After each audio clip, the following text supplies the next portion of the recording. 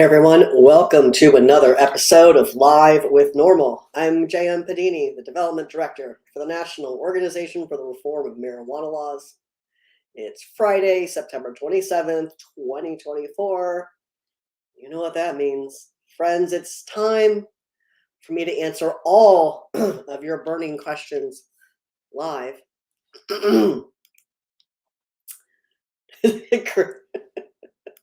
Chris, I'm glad the music was getting you ready for this. Thank you. Thank you for being here with us. Thanks everyone for being here with us this Friday afternoon. Hi, Sherry. Welcome back. Hey, Nick. Good to see you as well. Ben, I can see your comments on Instagram. Already making me laugh. Hey, take a minute wherever you're watching. Drop a note in the comments and tell me where you're watching from. Also, hit that like, follow, or subscribe button so you never miss when NORML goes live. You're going to YouTube. See on YouTube, Ben. You can stream this live on YouTube, Instagram, Facebook, Twitter. Did I already say LinkedIn? That one also. And you can rewatch it on every platform except for Instagram. Hey, Mr. Maui in Minnesota. Hello to you. Hey, Zen in Deer Park. Where's Deer Park? Hey, Exotics in Houston. Thank you, Zen in California. When I see Deer Park, I think that's good water. Happy Friday to you as well. All right. Hey, Woodyard in Virginia. Hey, Mike in Anaheim, as always. Hey, Doctor in Vermont. Hello, Melissa. Howdy to you as well, friend. Happy rainy Friday to you, Fred. We've got a nice lake forming out in the parking lot behind the office. I'm glad I don't have to go out that way. Hey, Chris in Hampton, Virginia. All right. Look, I'm excited to hear what your questions are this week, friends. I have a throat that I'm going to clear apparently for the whole show. But I have some news that we're going to go over. I'll tell you about a couple events that are coming up. But if you have questions, drop them in the comments. Hello, Alpha in Prince William, Virginia. Zen on Instagram says legalize marijuana all over America. Now, we're trying real hard. But, oh, look, I left all this stuff out. That's fun. But let's talk about some ways we could be doing better at doing that. Number one, vote. And remember, elections have consequences. So if you want good cannabis policies, then you have to elect people who are good on cannabis policy. If you elect people who are terrible on cannabis policy, you will get terrible cannabis policies. You can watch that play out in the country in real time. Right now, Virginia is a great example. If a governor who doesn't really care about cannabis policy, so instead of having a safe, regulated adult use market, you've got an out-of-control illicit market just ballooning under his watch. Hey, CJ. Hey, Randy. Welcome back. Exotics on Instagram asking, where do I see Houston in the next 5 years in the cannabis industry? I think that Texas has a good opportunity to significantly expand access to its medical program. You've got an election problem there in Texas, meaning the people that you elect suck.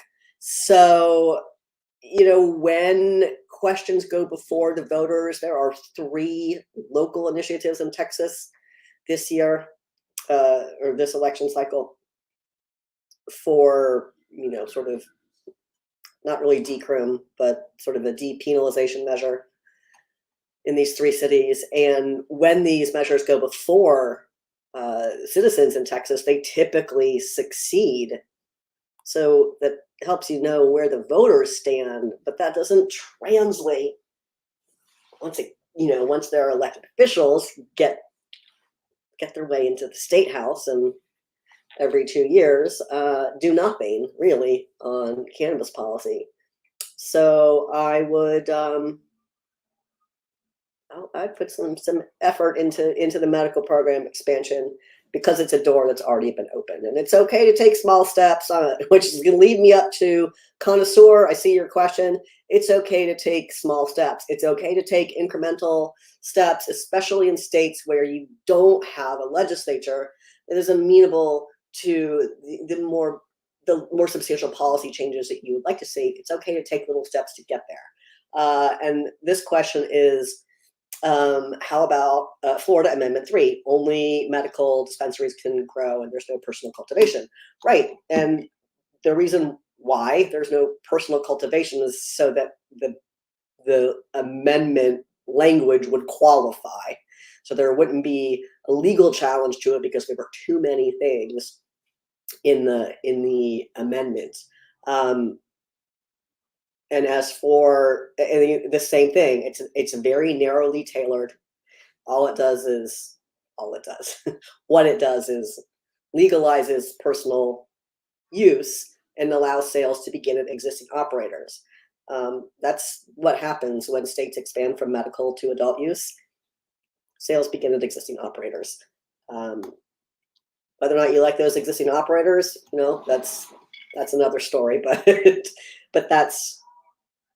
there's nothing wrong, right? There's nothing wrong with the bill.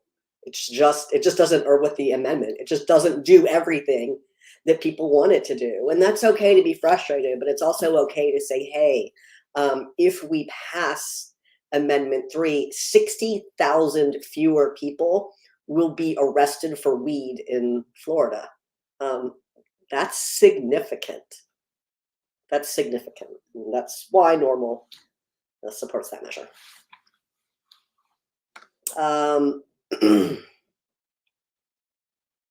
No, but no one wants moldy weed, whether it's been remediated or not. Don't disagree with that. Russell on Instagram, thanks for the follow.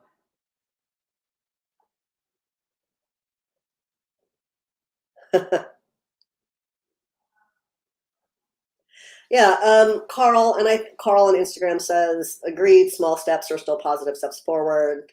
Let's pass adult use in Florida first, and hopefully the state will expand the rules long term. Exactly. The amendment language does permit the legislature to adopt, to put forth and pass legislation to implement a licensing system for new adult use providers, and that's good. Do that. You didn't really need to have a regulatory structure put into the Constitution of Florida. Remember, a few years ago, Ohio tried to do something like that, and voters rejected it because it was a terrible approach.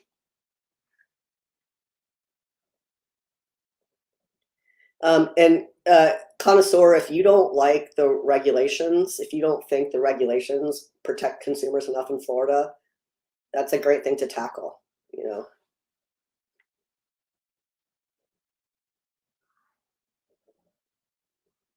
Maui, every state is still messing with it.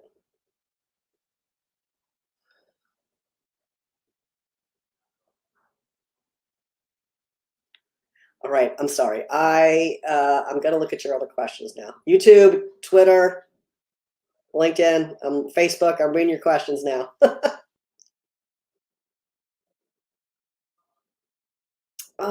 Yeah.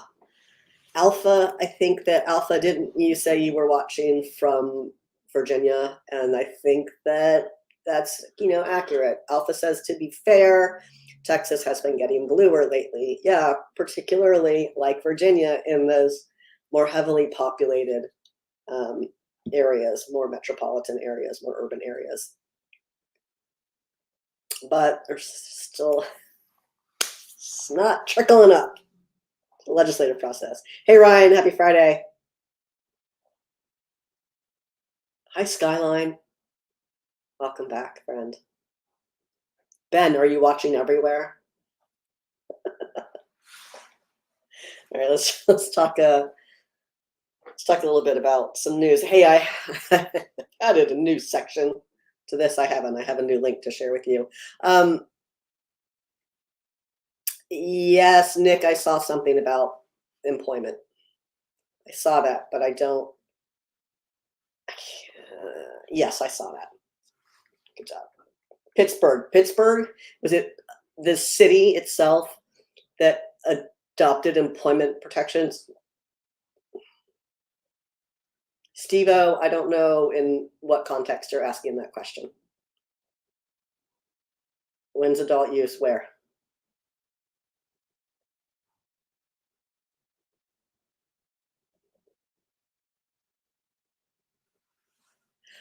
Thank you, Nick, for confirming that. Early voting is underway in 4 states. Just look at this. Thank you, Ballotpedia, for having this handy for me. Early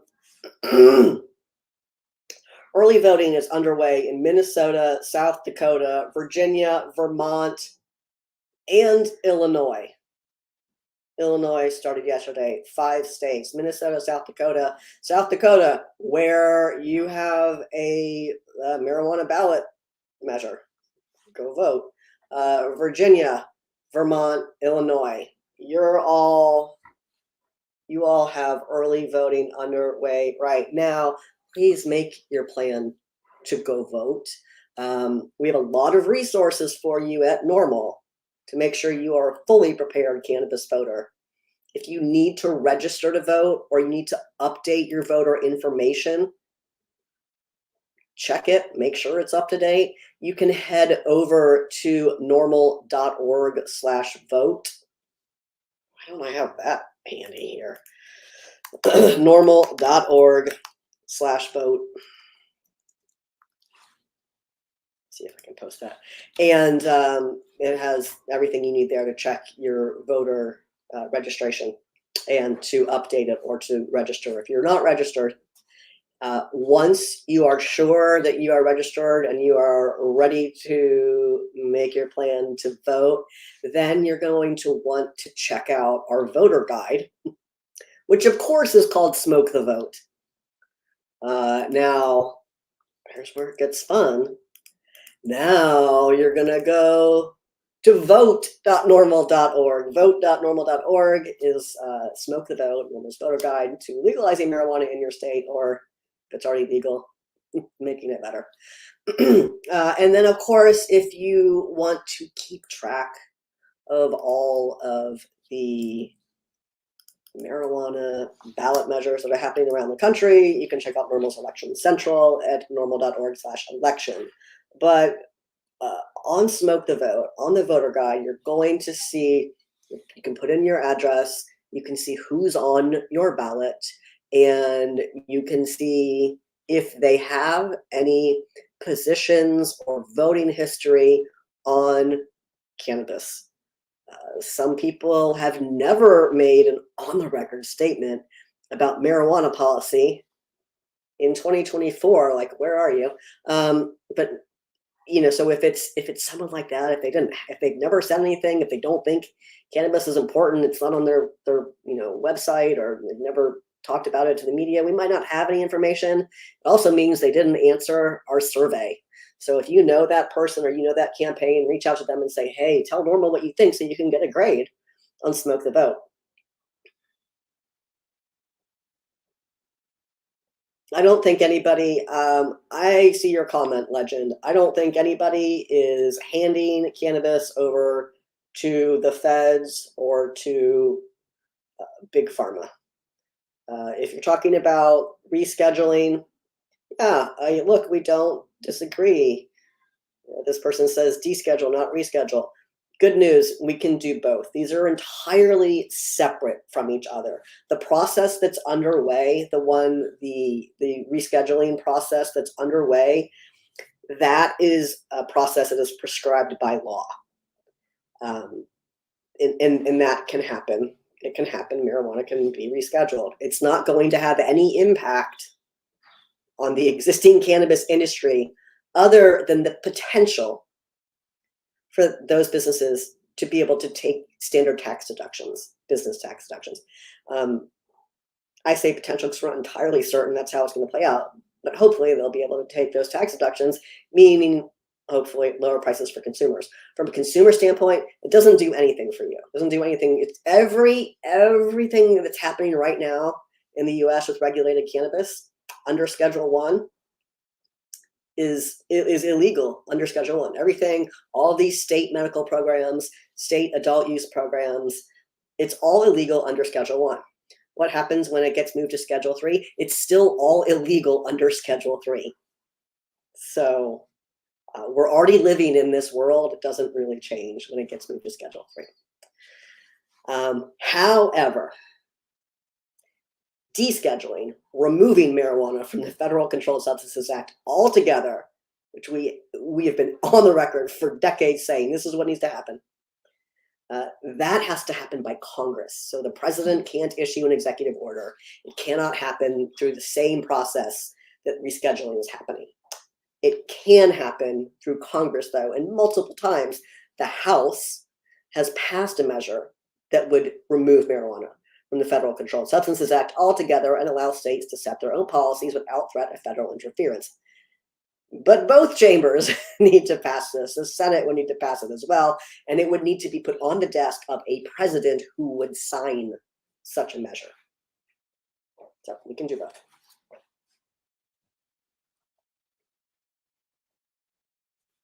Yeah, nothing, even if it were rescheduled to Schedule 3, that doesn't make anyone have to do anything with the feds or with Big Pharma or whatever. Yes, Ben, thank you for bringing that up. So the last day, there's a hearing scheduled for December 2nd for rescheduling, and if people want to be heard at this hearing, they have the opportunity to submit a request to do so. It doesn't mean it will be granted.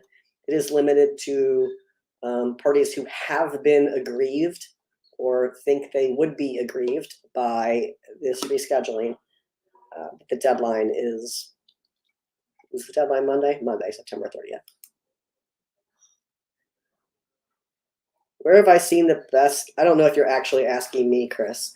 Where have I seen the ideal cannabis policy in the US? I don't think there is a best cannabis policy in the US. I think you can take parts from, and that's an honest answer. I don't believe that any state is getting everything right. I think there are some really fantastic things about some states' models and some really terrible things about some states' models. So, yeah. Yeah, Legend, I see your thing about how 43,000 comments. Yes, definitely the most for any type of open comment period like that. Yes. And whether or not they are in favor of descheduling or rescheduling is irrelevant, because that's not the questions that are part of that. Won't be considered. That is not a part of a point to be considered during this rescheduling review. They are looking specifically at,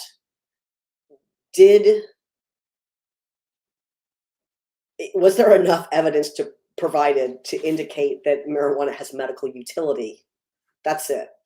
So it's great that all these people submitted comments, but it's not really helpful when they're not submitting the proper comments. I don't know. It doesn't matter. If a bunch of people shouted deschedule, not reschedule, cool, but it doesn't affect this process at all. This process is very specific. How it happens is prescribed by law. We know very well where people stand.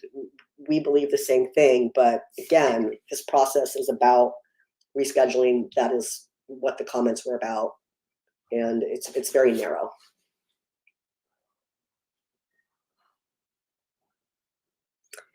Yeah, just like alcohol. Chris, it's funny because, yes, actually, yes. So just like alcohol, alcohol and tobacco, neither of those are scheduled.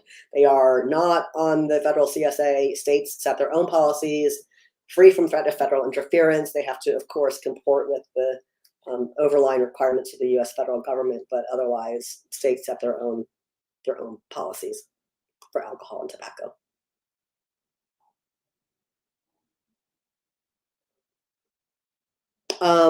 Yes, Ben, we will be submitting. We will be filing for the hearing.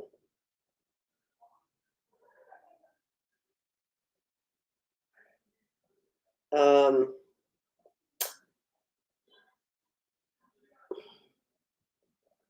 Russell, in what regard are you mentioning that? Russell says,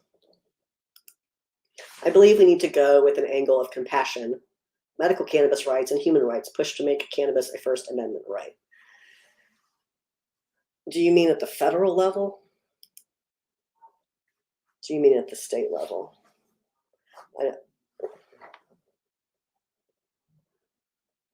Mm-hmm. Well, look, I think I see where you're going here, Russell. All we need is proof that cannabis has medical utility. Please say that, because that's literally what this rescheduling process is about. That right there, my friend, is the totality that this encapsulates. Like, it is historic and very significant that we have a president calling for the removal of marijuana from Schedule 1. That is absolutely significant. But moving marijuana from 1 to 3 is the federal government recognizing that cannabis has a medical utility and abandoning its flat earth policy that has held on marijuana for decades. This entirely changes the conversation. So if you've ever been before like a legislative body or some sort of debate where you've got a nutcase next to you who makes money on prohibition, like one of those weirdos who just really wants to keep marijuana illegal so they can keep making money off the people that it criminalizes. Yeah, that's the kind of flavor of person I'm talking about. So if you're ever with one of those people trying to have a meaningful policy debate and they're just all they can do is shout that, oh, marijuana is a dangerous Schedule 1 substance. Well, how neat when they won't be able to do that anymore. How neat. Won't it be delightful when you take that? I think it's not even a weapon because they just sound uninformed. Is the word I should be using. They just sound uninformed. But like that changes the entire dynamic of how people will be forced to talk about cannabis in the U.S. Those people who are still trying to have a conversation in that way. Like, yes, a lot of people are. Yeah, there's definitely been action also, Russell, to that point about past cannabis crimes. All of the federal simple possession charges were pardoned. Could be more, but I wish I could keep up. Does city council count? Like, what context, Ben? I don't think it's really a point of anything. I think they think they're doing something that's not really a policy that they're super into, and they're like, "Yay, we did it."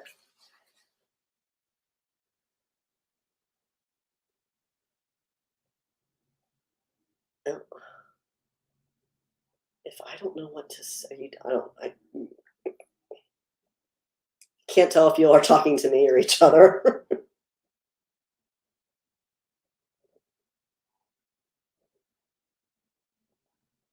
um, Trell on Instagram talking about Virginia needing adult use dispensaries. Yeah, absolutely. Sure does. We don't have them because Virginians elected a governor who sucks. You could suck less, Governor Youngkin. Like, you could sign a bill. I know your administration wanted to amend the bill that made its way to your desk this year. And I agree that would have been a point of compromise. It's unfortunate that one particular bill patron wasn't willing to meet with you, Governor Youngkin. But fortunately, we only have to just dance together one more year. Elections have consequences. Stop electing people who suck on cannabis policy, and then you won't have sucky cannabis policies. Please remember that, Trell, when you go to vote. Well, early voting is already happening now. We're not voting for governor in Virginia this year. It's next year, but like elections matter. Don't elect people who suck. In the meantime, though, fortunately, we have one of the easiest to access medical cannabis programs in the country. You can use telehealth to get certified. We don't have a made-up list of conditions, and you can go to the store that day. You can go immediately upon the receipt of your certificate. Wherever you get certified for medical cannabis in Virginia, ask for your certificate at the end if you've been qualified. Ask for your certificate at the end of your appointment. Ask for it right then and right there. Do not say, yes, I'll wait for the email. Say, I will wait while I get it in an email. I will wait while I get it as a fax. However they're communicating it to you, ask for it then. Don't settle for the you'll get an email with the barcode. No. Because then you're going to call us and you're going to tell us that you don't have your certificate. And then Ben's got to tell you to call CCA. Just ask for your certificate. Okay, thank you. I agree with you, Trell. Carl, right? Like 280 each deductions would have a major impact on cannabis. And I would love to see that trickle down to consumers so that prices, particularly on the East Coast, weren't so high. And hopefully that would happen with rescheduling. Hopefully. There's some debate, though, because the rescheduling is specific to botanical cannabis, but yet it would not be an FDA-approved drug. It's uncharted territory, so we have to see how it really plays out. But fingers crossed, right?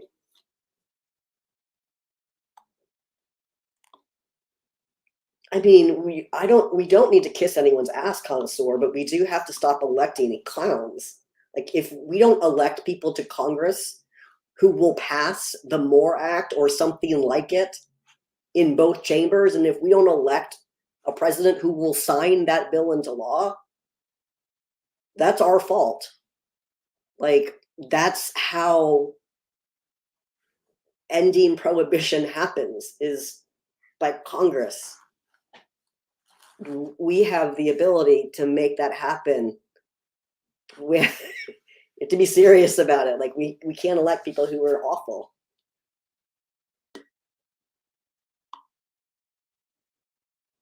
I don't believe Schedule 3 is a gateway to big pharma at all. The FDA does not regulate plants. The FDA is not going to start regulating plants. That is not how they are structured. It's not how that whole system works. Now, would they regulate a medical product that is made from a cannabinoid or multiple cannabinoids, either derived synthetically or extracted from the plant itself? Yes, and they already do.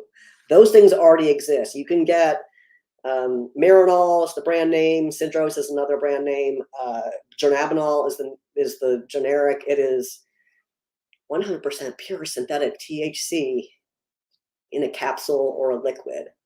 That's available by prescription. It's a Schedule 3 drug today, all day. You can get it at CVS. Patients don't generally tolerate it as well as a regular cannabis product because it's just THC. Same thing with Epidiolex is a CBD product. Epidiolex has CBD that is derived from plants. Extracted from plants is what I mean, not made out of something. Derived, extracted, comes right out of the plant, put it in the bottle. You know what I mean. So those products already exist. You know, we should all have the luxury one day of choosing between, you know, pharmaceuticalized cannabinoids at CVS and Marlboro Greens at the big box store and craft cannabis at the boutique dispensary. We should all be that fortunate.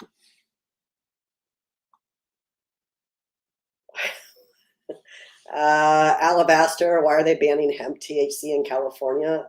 Because that industry is trying to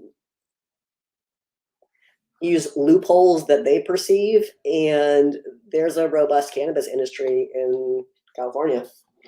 And all of those regulated entities have to jump through a lot of hoops to put a product that's regulated on the shelves for consumers. And someone's cooking D8 in their garage and putting it in brownies. First of all, gross. Second, that's why. That's why. Look, we're not an industry organization. We're here for consumers. This is not the first state to have legislation like that pass. Not at all. It's just the one that people are looking at right now. We aren't going anywhere, Yunkin. Neither is he, unfortunately, for another year.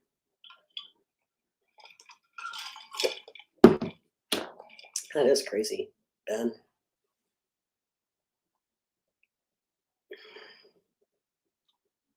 Hi, Lauren. There's a lot of, I'm trying to read all the comments. You guys are great. I'm not worried about it. I'm just legend. Do I see a way that big pharma could potentially create and lobby for laws to corner the market? Sure, but we are not at that. We're not at that point.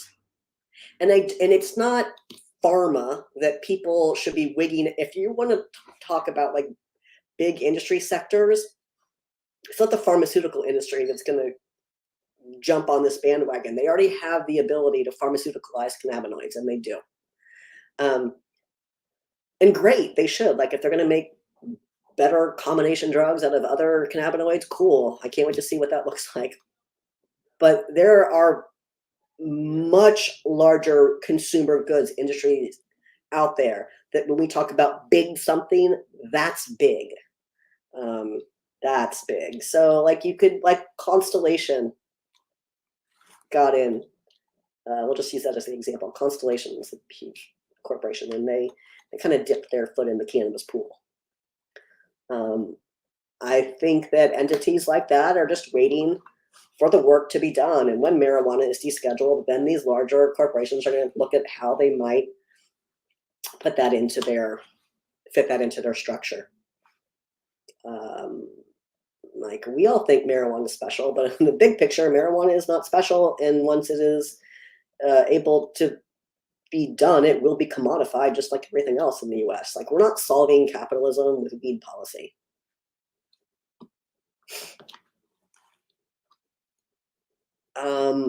I don't know what that bill number is, Russell, but if you will tell me what SB 1111 is, then I guess I can look. I guess I will look. Sorry.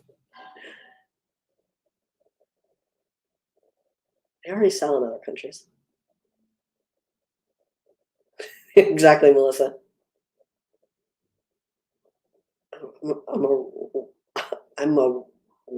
Are you talking to me? I don't know. I can't tell who you're talking to. I don't know what that means. Thanks, Amari. I appreciate it.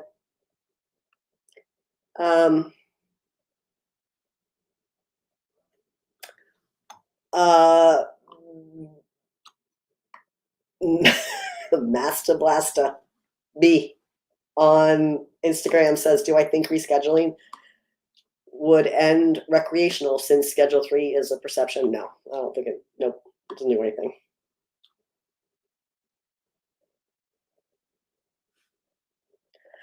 Connoisseur, you need a bulletin board or something that gives you insight into those people. You do. Go to Smoke the Vote. Go to Smoke the Vote. Vote.normal.org. It's not everybody, but you can. Prescription. Thank you, Master Blaster. It's not like you're not going to get. No, everything that the U.S. cannabis industry is doing under Schedule 1 that's illegal would be just as illegal under Schedule 3. It's not going to change anything. Also, the FDA is not going to start regulating plants, and that's what this rescheduling is about, is botanical cannabis. That is not, a plant is not a thing that the FDA can approve as a drug. So, vote, smoke the vote. You could smoke a vote, I guess, if you want, but that probably involves arson. Don't do that.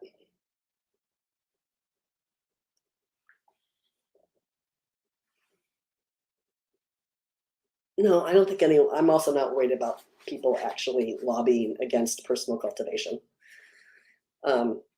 I hear that in some like really specific instances. If you ever actually come across a legal cannabis company, legal cannabis operator that's, and I mean, not that you saw it on Facebook, not that you heard it from a guy, that you're actually in the room and you see someone, hear someone with their actual voice lobbying specifically against personal cultivation, find out who they are, and that just email us, email me, normal@normal.org, and we'll have a conversation.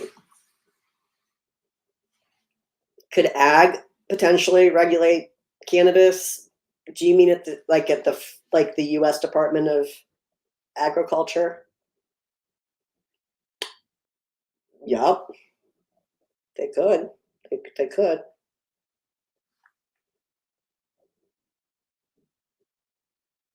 Okay, that's a lot of questions. Oh. JT, yes, I'm everywhere. All right, let's talk about some news. Speaking of the feds, every year the FBI releases a report, and you can see the number of marijuana arrests by state in this report. Now, this is only based on the information that states report to the FBI. And there are some states like Florida that clearly are not reporting accurate numbers. Not by any stretch of the imagination. They're not required to report these numbers.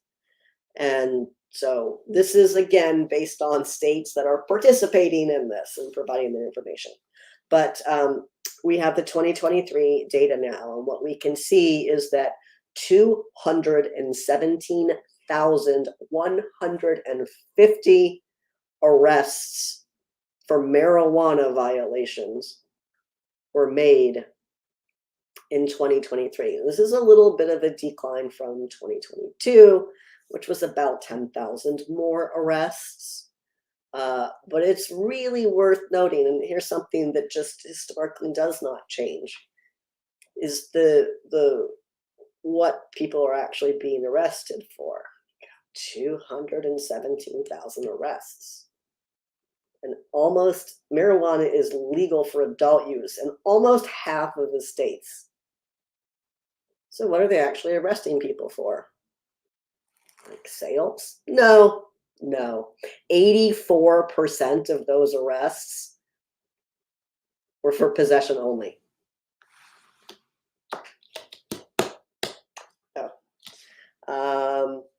There's also like 53,000 other arrests for unspecified drug abuse violations, and it's not clear what percentage of those were marijuana related, but of all of the specified, meaning identified drug arrests in 2023, 25% of all of them were for marijuana. Anyhow, we were waiting for that report. Read that. Civics Cannabis on Instagram asking if Schedule 3 would open up interstate commerce. No. Every state medical and adult use cannabis regulatory model that is illegal under Schedule 1, that is in conflict with federal law under Schedule 1, will be in conflict with federal law under Schedule 3. So one can do anything.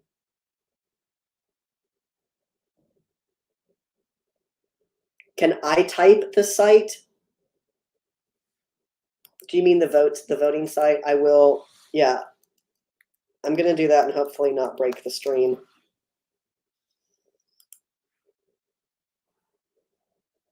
I did it. You can find literally anything I'm talking about. You can also just go to the NORML website and you'll find it right there.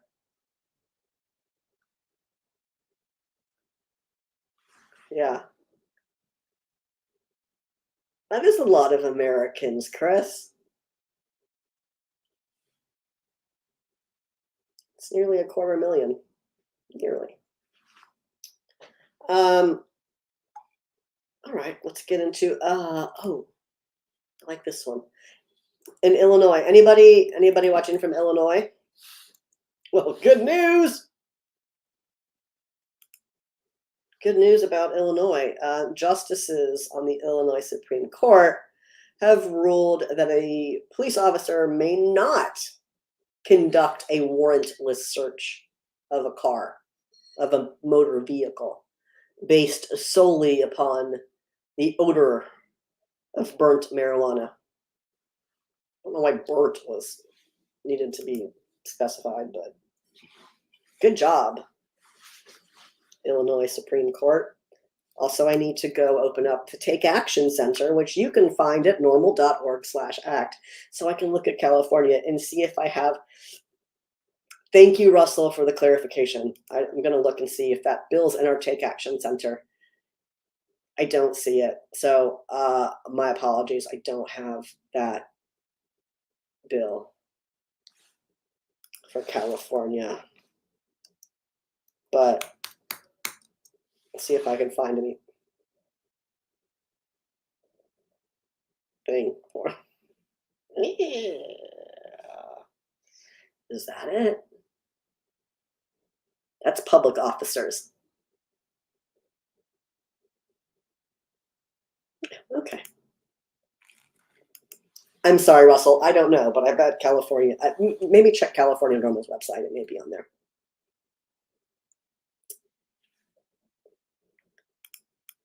All right. How much? Here's a study and analysis. An analysis, a report was done on the amount of state taxes that have been collected on cannabis since 2021. It's 3 years. How much is that? What do you think the number is for state tax revenue over the past 3 years on cannabis? This is just the tax revenue, not the sales. Anyone want to take a guess? If you read our newsletter, you would know.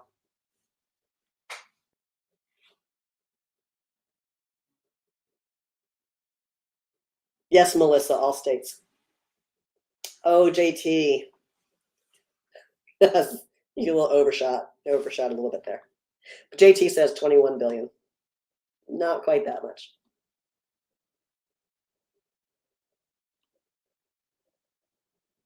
Oh, that is way too low, Chris, but somewhere between 21 billion and $5 million is the number 8.7 billion. Nearly $9 billion in state tax revenue has been collected during this period. But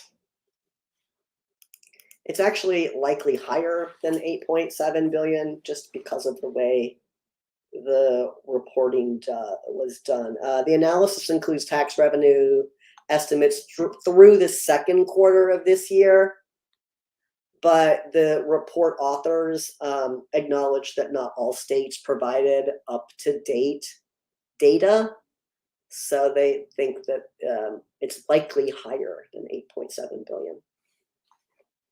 Mr. Bonds on Instagram, thanks for watching. And I see your question. Do I think Virginia is eventually going recreational? So, thank you for clarifying, because yes, of course, adult use is legal in Virginia. And yes, there will be adult use dispensaries in Virginia. The problem with that right now is the governor. Virginia, you elected a terrible governor, and the governor didn't like the bill for adult use that was put on his desk. My understanding is that the administration was willing to amend that bill, but that the bill patron wouldn't meet with the administration. So it seems like a couple of people might be at fault on this one. Yeah, don't elect people who suck on cannabis policy is my recommendation for those of you, literally everywhere, but in particular in Virginia.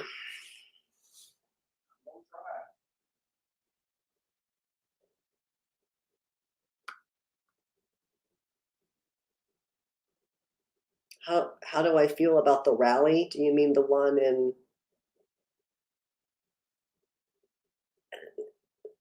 is it like DC or something? I don't. Have fun.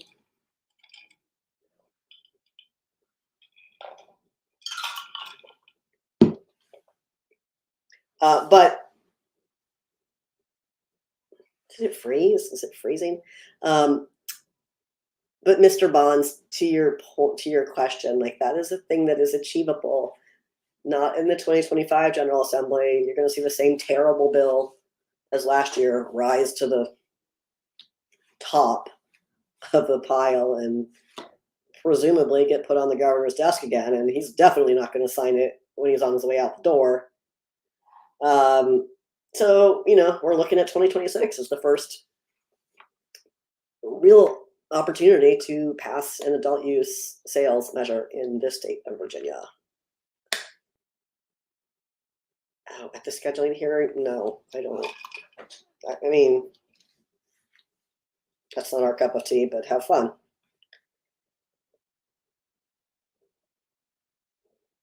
Thank you, Ben, for telling Russell the information.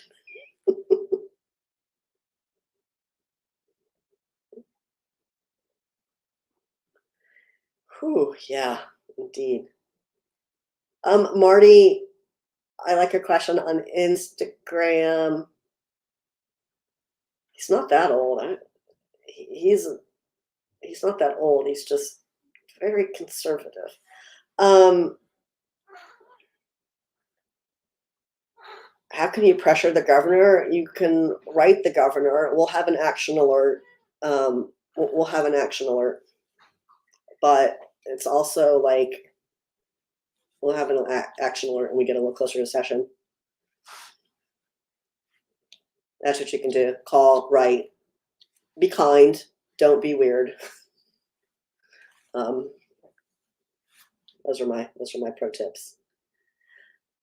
So connoisseur, yes, we all know that people have engaged in rally type actions in the past. It's not something at the national level that we typically do. It's not an effective policy change measure for us. We do other things.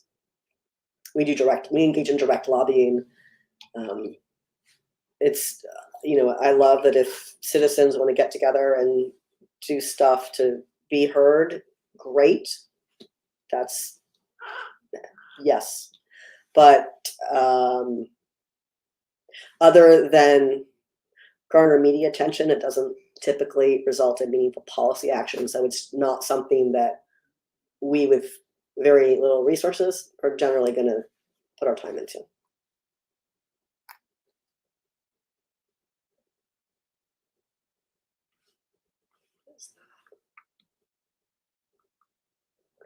All right, let's get back to some. Let's get back to some news. Get a couple more news stories. Let's see. We did the FBI. We did tax revenue. We did Illinois. We got 2 more coming up for you. This one, you're going to be like, yeah, duh. But you know, what's a news week in cannabis if we're not saying the same things over and over again? This one's pretty interesting though. So there was a study done, and they looked at 10 million health records from, this is a big one, 10 million, from 2007 to 2020. Researchers affiliated with the Georgia Institute of Technology and the University of Georgia assessed the relationship between legalization laws and the dispensing of psychotropic medications. So what they looked at, I just texted this, I feel like there's better information in this. There's a little more information on this link. Let me open this up. It's 10, I want to say 10 million people or 10 million records. Patients, wow. Okay, so they look at 10 million patients over this time frame, January 1, 2007 to December 31st, 2020. And in this comparison here is on states that had legalized cannabis, either for medical or adult use, and benzodiazepine prescriptions. And shockingly, I tell you, in states with legal cannabis, there were fewer benzodiazepine prescriptions. I know, you can hardly believe it, right? I knocked over my art that I put on the floor. So read about it. Go ahead, read about that.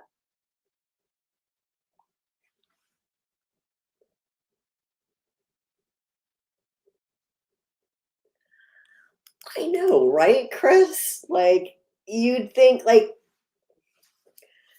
suddenly conservative principles like go out the window when it comes to cannabis, which is wild.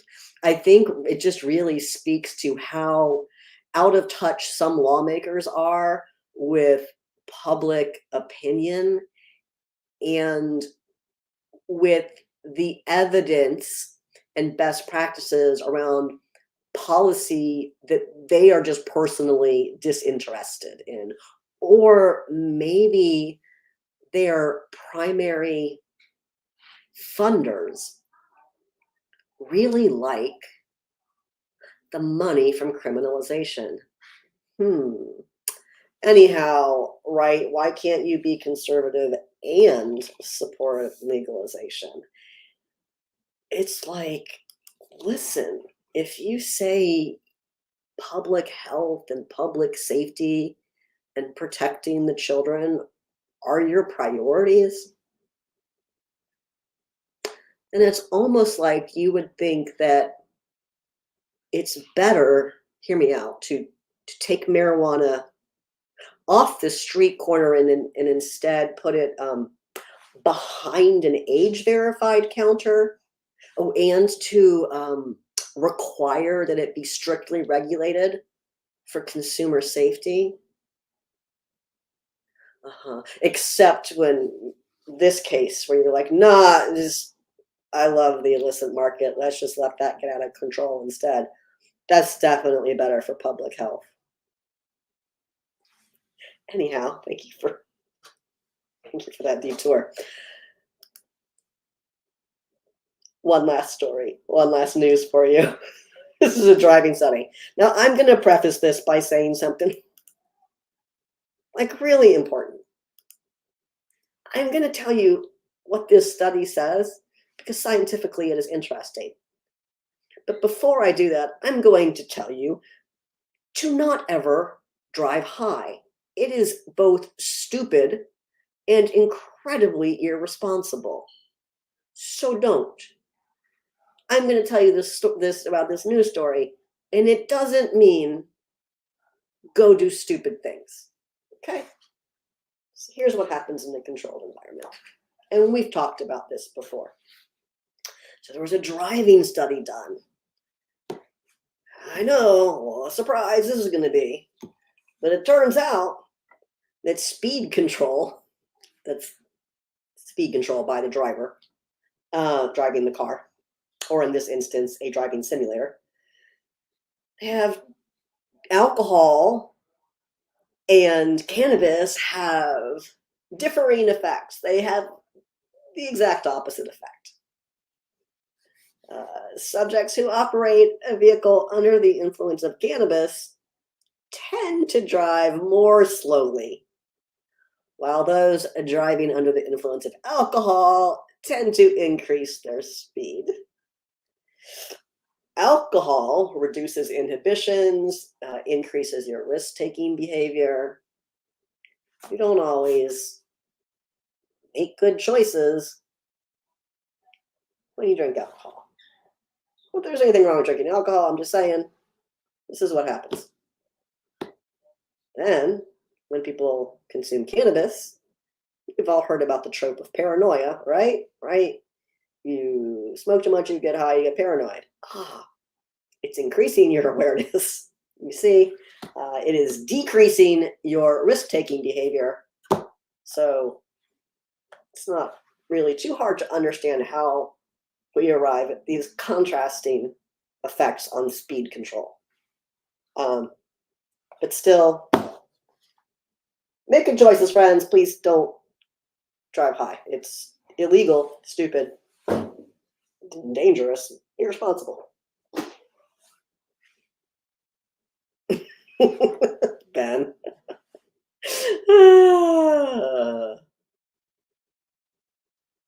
It makes you drive more slowly. It makes you realize that you probably shouldn't be driving a car, I think, is what we're looking at here.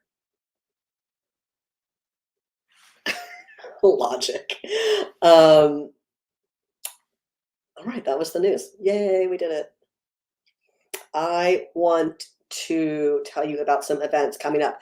So our friends at NORML Tallahassee are enjoying a hurricane, and they were supposed to have an event earlier this week, a networking event, and they have had to postpone that. Once they have a new date, it was supposed to be on September 25th. It was not. They said, no, we're going to reschedule because of the hurricane. Once they do have that rescheduling date, I will share that on NORML's Facebook and here as well. And you can also find it on their website. But as I mentioned earlier, early voting is underway. If you want to find out when voting starts in your state, I'm going to share this Ballotpedia early voting dates page that I found right before this show. There you go. So make your plan to vote. Most importantly, second, if you like podcasts like this isn't a podcast, but someone started calling it that, and here we are. Our Florida chapter, Suncoast NORML, streams live Sundays at 11 a.m. Eastern. So you can, my voice is great today. You can jump in the rotation with Suncoast NORML on YouTube Sundays at 11 a.m. Eastern. Just find them at Suncoast NORML on YouTube. Coming up October 1st, Lehigh Valley NORML will be having a lobby day in Pennsylvania. You should absolutely register for this in advance. It starts at 10 a.m. on October 1st. If you're watching on Instagram, you can find Lehigh Valley NORML on Instagram and go to their Eventbrite page for this from there. I'm sure. Otherwise, I think it's on our Facebook, on NORML's Facebook, on Lehigh Valley NORML's Facebook as well. Nick, are you going? And I wanted to, there's a lot of Virginia people watching, so I want to tell you this. There have been draft regulations proposed by the Virginia Cannabis Control Authority for the medical cannabis program. So when by legislation, by legislative action, we required the transfer of the medical program from the Board of Pharmacy to the Cannabis Control Authority. And when that happened, they had to use essentially the existing regulations. They basically copied, so kind of copy and paste, essentially, with a little bit of cleanup from the Board of Pharmacy regs. CCA has taken it upon themselves to draft a new version of these regulations. You can see the draft regulations yourself in this link I'm about to share with you. If not, if you're on Instagram, you can just find cca.virginia.gov is the website, and you can go look at it there. CCA is also on Instagram, I think. I know they're on Facebook and LinkedIn. No, they're on, yeah. Anyhow, I digress. They're having a board of directors meeting on October 9th at 1 p.m. You can participate. You can watch it on Zoom or whatever platform they're using, but so you don't have to go in person. But they'll be talking about these regulations. I have provided feedback. So we're looking out for you. Virginia patients. Let me say hi to you already, Ryan, but I saw you again. So hello again, Ryan. That's October 9th at 1 p.m., 1 to 3. And I bet that one will last 2 hours. And last but not least is the NORML Key West Legal Seminar. This is December 5 through 7 at the Pier House Resort and Spa in, as the name implies, Key West, Florida. If you are an attorney who needs CLEs, good news. Our legal seminars are fully accredited in every state that requires CLEs for their practicing attorneys. If you're not an attorney, good news. Or if you just don't need the CLEs, we have a discounted rate for you. So it's a win-win. You can check that out at norml.org/Key West. This is absolutely an event for attorneys and non-attorneys. Come to Key West, hang out with me, with the founder of NORML, Keith Stropp, NORML Deputy Director Paul Armentano, NORML Board of Directors Chair Dan Vietz, NORML Board of Directors Vice Chair Joe Bondi. Like, come hang out with all of us. You're welcome, Chris. Thanks for joining us. Yeah, so do that, norml.org/Key West. Oh, goodness, look at all of these comments that I may have missed because I wasn't scrolling.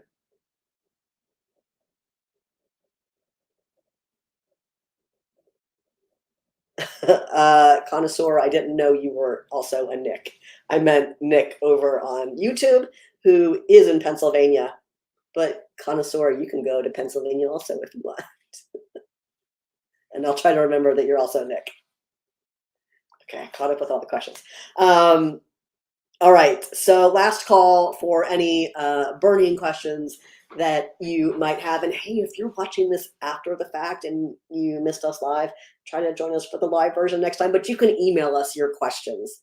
Just shoot them over to norml@norml.org. It's a real email address, and we do actually read the emails that come into it.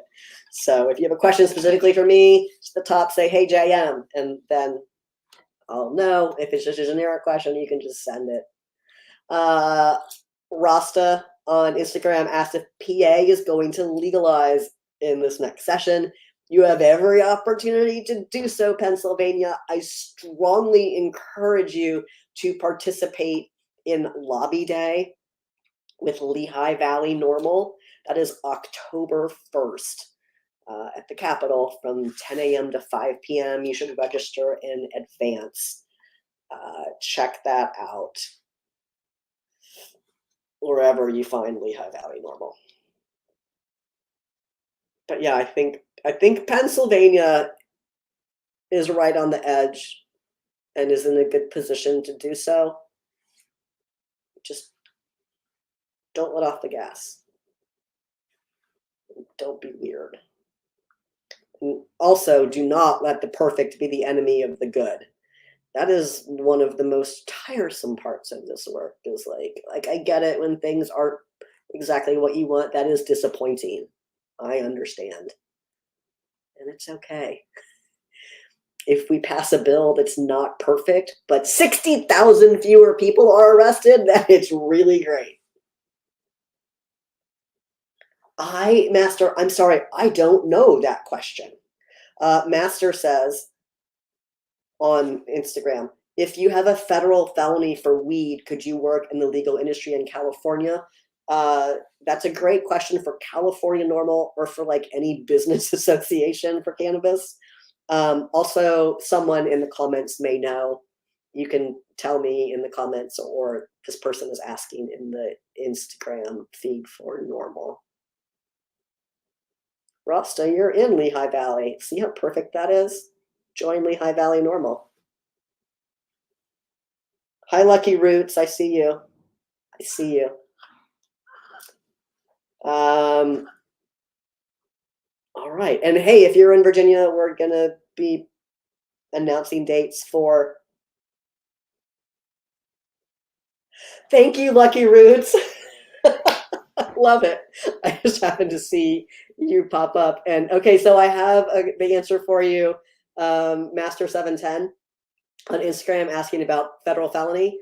Our friends at Lucky Roots Hydroponics in Virginia answered your question. And they say, yes, in California, but you cannot be a manager or an owner of more than 20%. I love it. Thank you. Lucky Roots, we are actually meeting with the Virginia Cannabis Conference venue next week to finalize dates for January. I hope to see you there. Thank you so much for answering that question. All right. I told you all the things. You're welcome. Told you all the things. Hey, guess what tomorrow is? It's Saturday. That means I should go home now. But it also means that NORML's weekend weed read is delivering at 9 to 9:15 tomorrow morning. That's Eastern time. And it's not too late for you to get the weekend weed read and NORML news of the week, which comes out on Thursdays, delivered to your inbox. So if you want the weekend weed read to hit your inbox tomorrow morning, head to norml.org/subscribe. Make sure you check the weekend weed read box when you're setting your subscription preferences, and that way you will never miss it. If you're already a NORML subscriber, but you're not getting the weekend version for some reason, you can use the same link. Also, like if you move or you want to update whatever, norml.org/subscribe. It's right there on the front page. Check that weekend weed read box. And hey, I keep threatening you all with more TikTok content. So please go follow us there. Follow NORML on TikTok. We are norml.org. NORML.org on TikTok. Oh, Facebook did not want me to share that TikTok link. And there it went through. I hope it went through. Someone tell me if it went through. Anyhow, norml.org on TikTok. All right, friends. Oh, thanks, Lucky. I'll let you know. I'll change the website as soon as we figure out the dates. I think that Melissa and I are going to the hotel on the 4th. Don't anyone come find me there. But we'll have dates for you soon, and we'd love to have you all back. Thank you, Fred and JT and Melissa, for letting me know that the link went through. I was like, oh, are they mad that I'm saying TikTok? All right, friends, this has been a blast, but it's time to have a weekend. And we missed Chris this week, telling you that it's time for you all to take the rest of the day off with his permission. We missed you, Chris, wherever you are. All right, friends, this has been great. I would love to see you back here next week. We try to do this show every Friday at 4 p.m. Eastern, so please hit that like, follow, or subscribe button on whatever platform you're watching so that you never miss when NORML goes live. And if you just joined us and you're like, what's happening? Where are you going? Don't worry. You can watch all of the episodes of Live with Normal after they stream on our YouTube. You can find it pretty easily, I'm sure, on YouTube. You can find it on Facebook as well. This has been a blast, friends. I love hanging out with you all on Friday afternoon. I hope you have a great weekend. And as always, I'll see you right back here next time.